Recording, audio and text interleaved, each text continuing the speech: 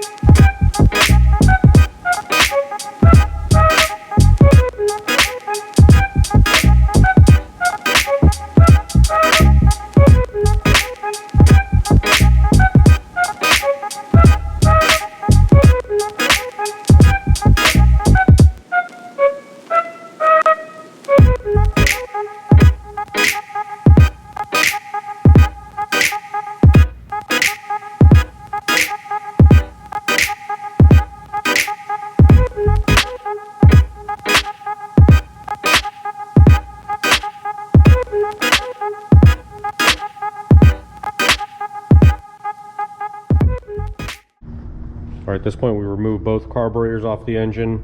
Bill has removed the fuel pump block off. This is a bracket that Compressor House supplies for that.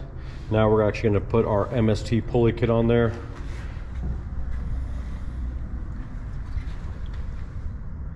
So I had to source out a set of manifolds for the ends. I got those from out back. I've already blasted them, cleaned them in the solvent tank, and that's what we're going to be using there.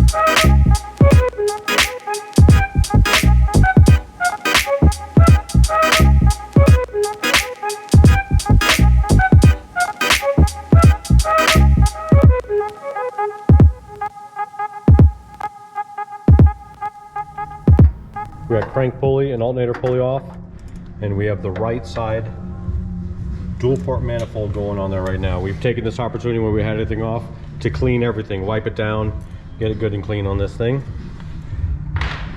So right side manifold goes on first, so their T-bar can go in it. After this thing was put on there, we're gonna have to make sure, oh, we got actually plenty of room there. We were worried about the distributor playing with that, and we got plenty of room right there. You can see that tube coming straight down on it. Relocate the sending unit because... All right, we may have to relocate that, but that's actually pretty easy. We'll just clock it and move it forward down here like I have it on mine. Okay.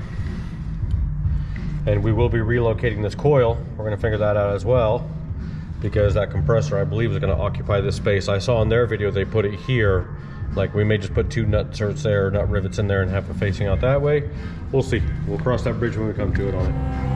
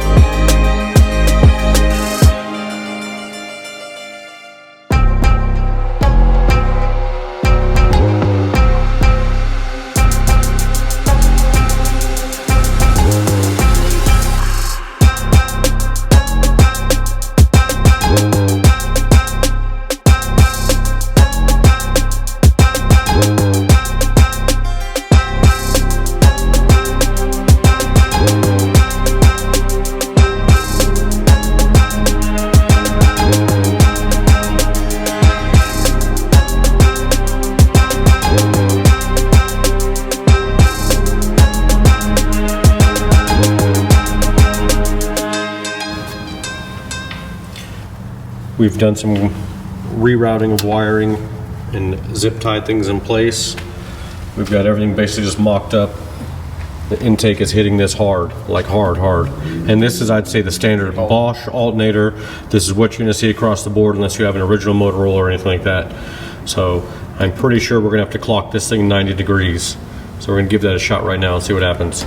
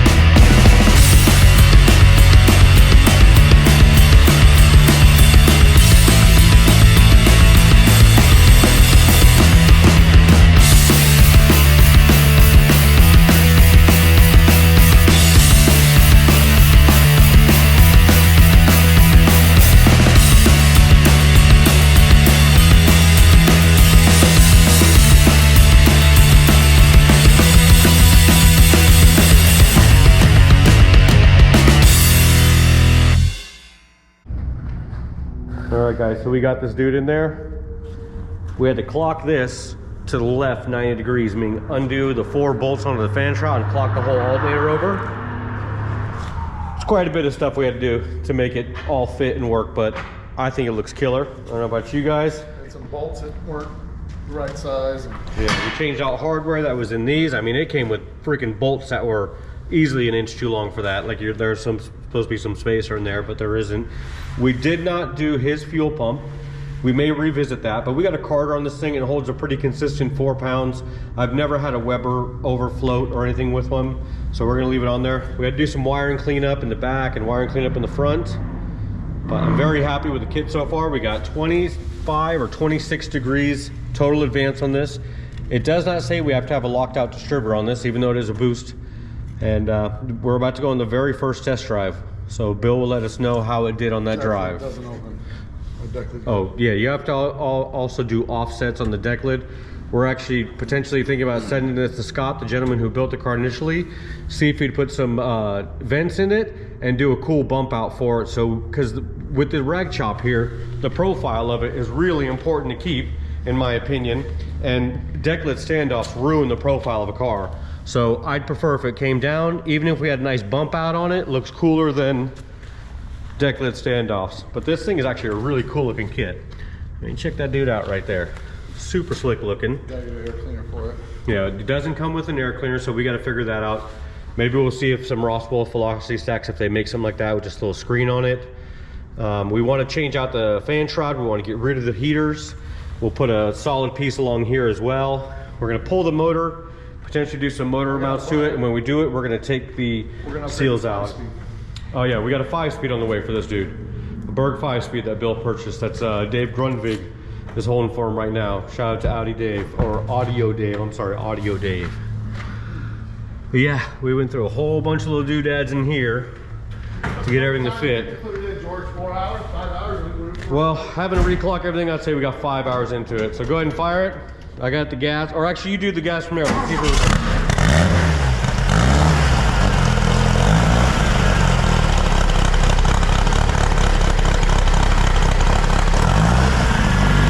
Know how I feel about serpentine belts, but necessary on that one.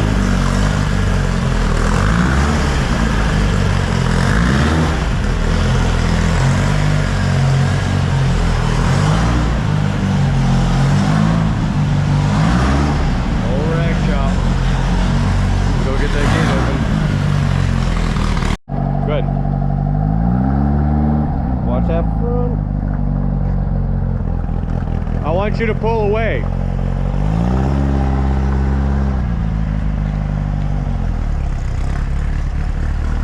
Late night, Vegas.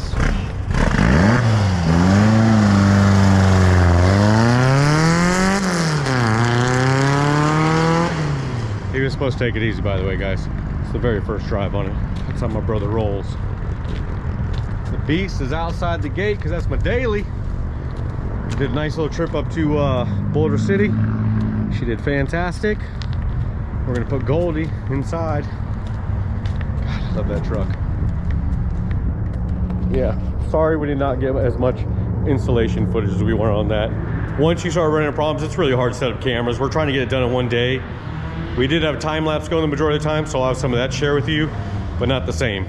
So maybe when it comes back in, I'll dive in a little deeper when we do have to pull the motor out and give you guys some feedback on it, see how we like it.